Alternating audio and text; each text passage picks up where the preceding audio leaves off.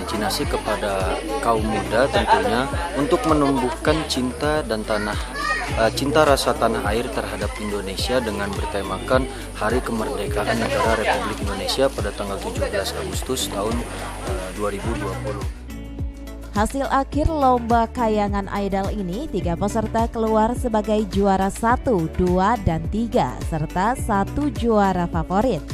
Para pemenang mendapatkan hadiah uang tunai hingga jutaan rupiah serta piagam penghargaan.